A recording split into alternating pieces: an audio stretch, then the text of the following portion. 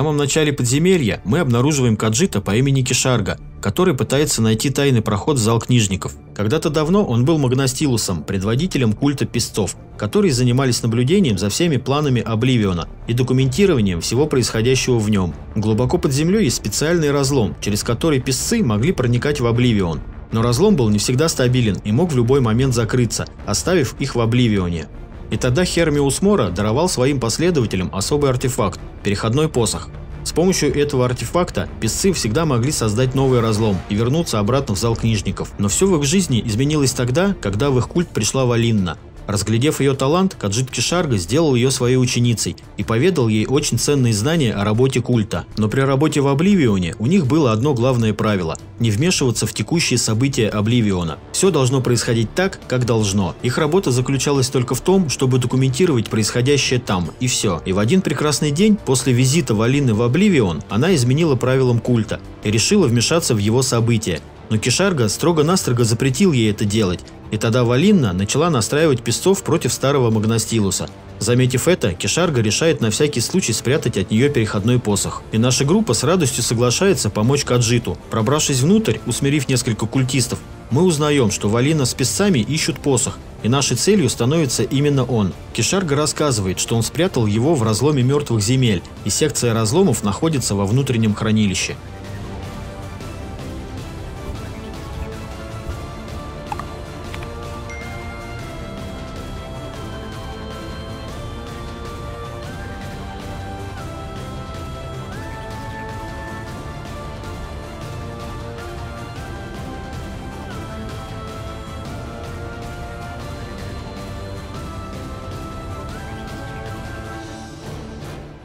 Первый босс подземелья – мастер разломов Накри.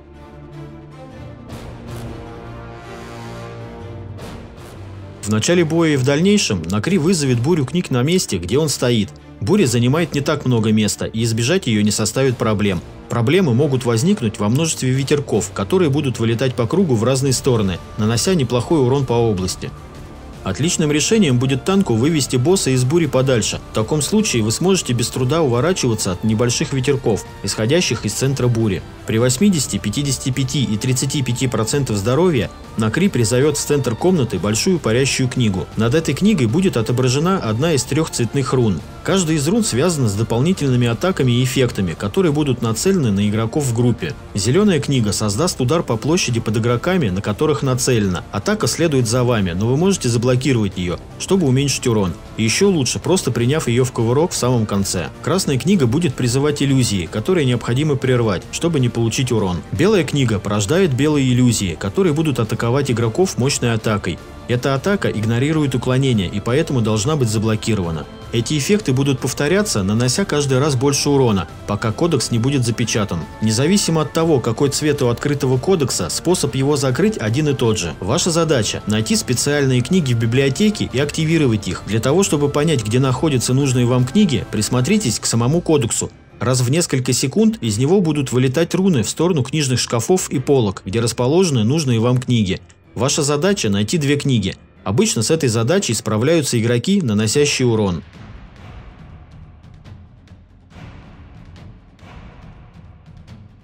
После победы над боссом мы отправляемся в то место, где спрятан посох, а точнее к разлому мертвых земель.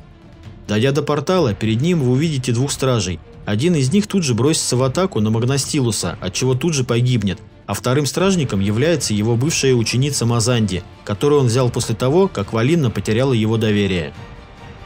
В результате боя Кишарга получит ранение и дальше идти с нами не сможет и просит нас достать посох, а сам отправляется в свои покои.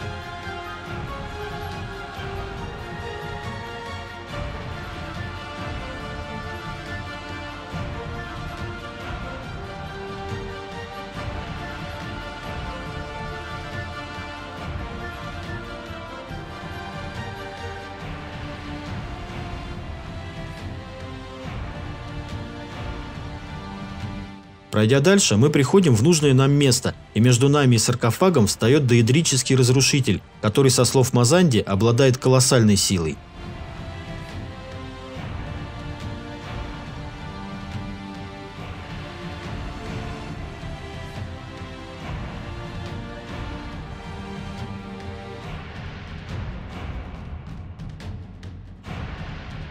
Второй босс подземелья – Азизан, бушующее пламя.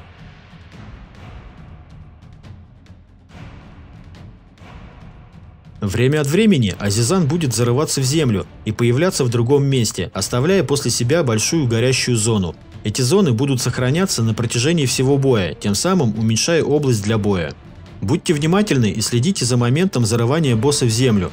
Если вовремя не выскочить из этой атаки, можно погибнуть. Пусть танк удерживает босса на краю арены и максимально прижимает босса к старым огненным зонам. В танка периодически будет направлена большая конусная атака, так что босса лучше всего держать спиной к группе.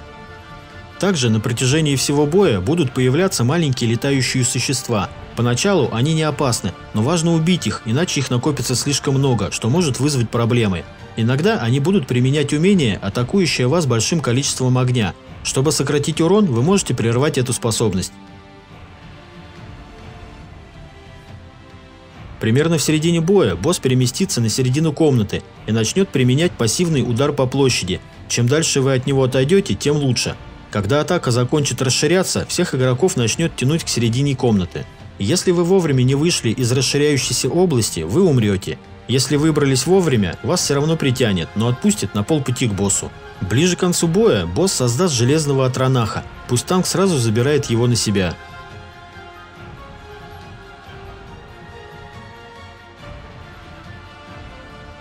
Периодически босс выбирает двух игроков и пытается поразить их своим лазером. Это атака по площади, и она будет замедлять вас при каждом попадании. При активации хардмода эта механика будет направлена сразу на всех игроков. Постарайтесь не попадаться в лучи и используйте ковырок для наращивания дистанции. Если раздавить маленьких зеленых жуков, бегающих по арене, вы можете добавить себе скорость передвижения. Победив босса и забрав посох, Мизанди с его помощью откроет портал в кабинет Кишарга, но в нем Каджита мы не обнаружим, и тогда мы принимаем решение отправиться в разлом план Мефалы.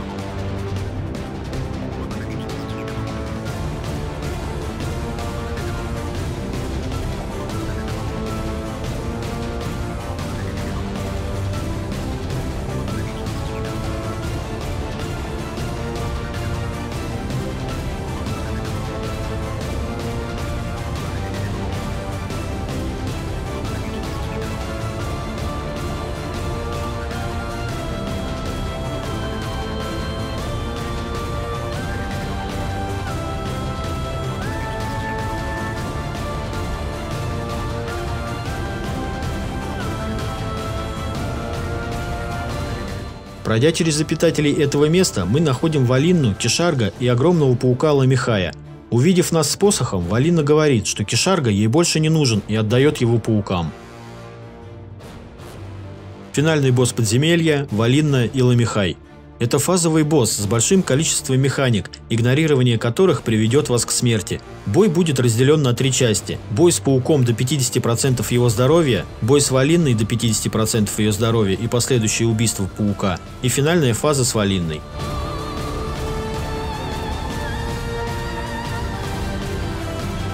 На протяжении всего боя случайные игроки будут мишенью огненного дождя. Если бой будет проходить на хардмоде, то все игроки группы. Как увидите красную руну у себя над головой, у вас будет несколько секунд, чтобы переместиться в другое место перед тем, как пойдет дождь. Эти области сохраняются вплоть до конца фазы, так что отличным решением будет стакать эти области на краю поля боя 1 в 1.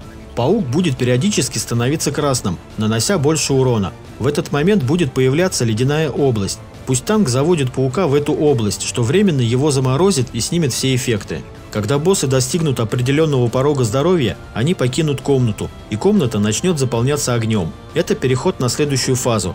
В этот момент откроются ворота в соседнюю комнату, и каждому нужно пробежать через них к следующему этапу боя. Любой, кто будет слишком медлителен, будет убит. В бою с Валиной вас ждет сильная дота с периодическим огненным уроном. Носитель этой доты наносит урон всем окружающим игрокам, и себе в том числе, поэтому не стойте рядом с друг другом.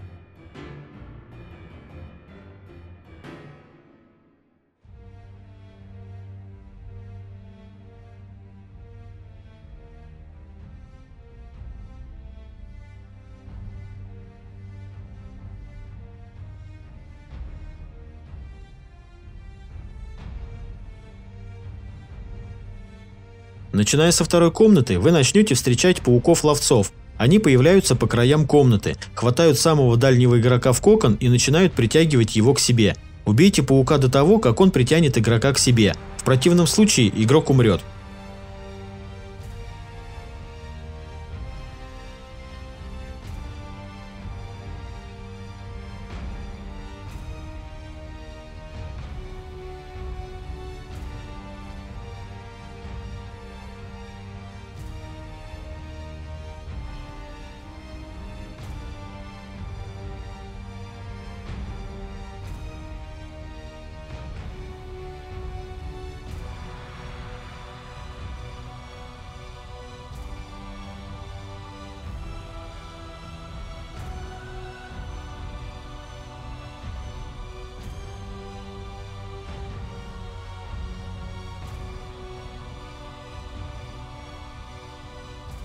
На финальной стадии боя начнут падать большие шары. Вы можете их уничтожить, сразу отменив будущий взрыв. Или просто игнорировать, но в таком случае вам необходимо заблокировать финальный взрыв, иначе вас выбросит с поля боя в обрыв.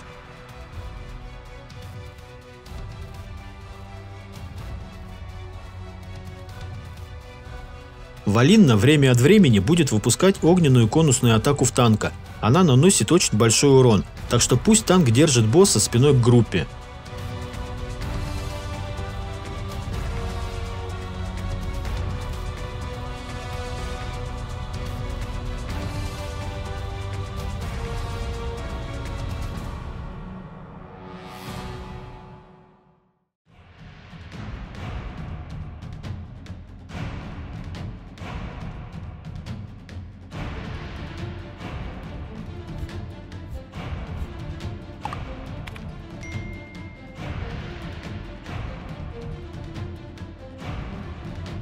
Когда все противники повержены, Мазанди спешит достать Кишарга из паучьего кокона. Тот благодарит нас за спасение. Понимая, что его годы уже не те, он назначает Мазанди новым Магнастилусом и обещает помочь ей освоиться в этой должности. Осознавая всю мощь, что может натворить переходной посох, попадя он не в те руки, Кишарга извлекает источник силы посоха – янтарную глифику. Сам же посох теперь будет просто обычным символом власти Магнастилуса. Глифику Каджит обещает вернуть Хермиусу море, дабы она не попала не в те руки.